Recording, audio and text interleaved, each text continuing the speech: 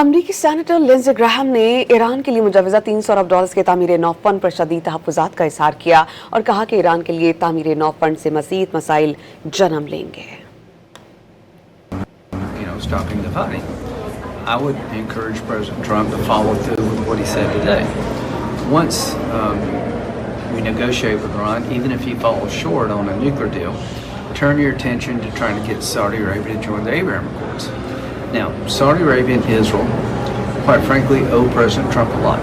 It would be good for the region and the world for these two countries to make peace and do business together in the Arab-Israeli conflict. Iran is in a box. No matter whether we're successful with a nuclear deal or not, their ability to generate another October 7th is non-existent. Their nuclear program has been set back just through military action. So now's the moment. This is the year to have a pathway to peace. And I will say this. If as a result of the Iranian conflict, the war with Iran, we're able to open up a pathway to expand the Abraham Accords, it will be one of the most successful military operations in American history. Now, in terms of the three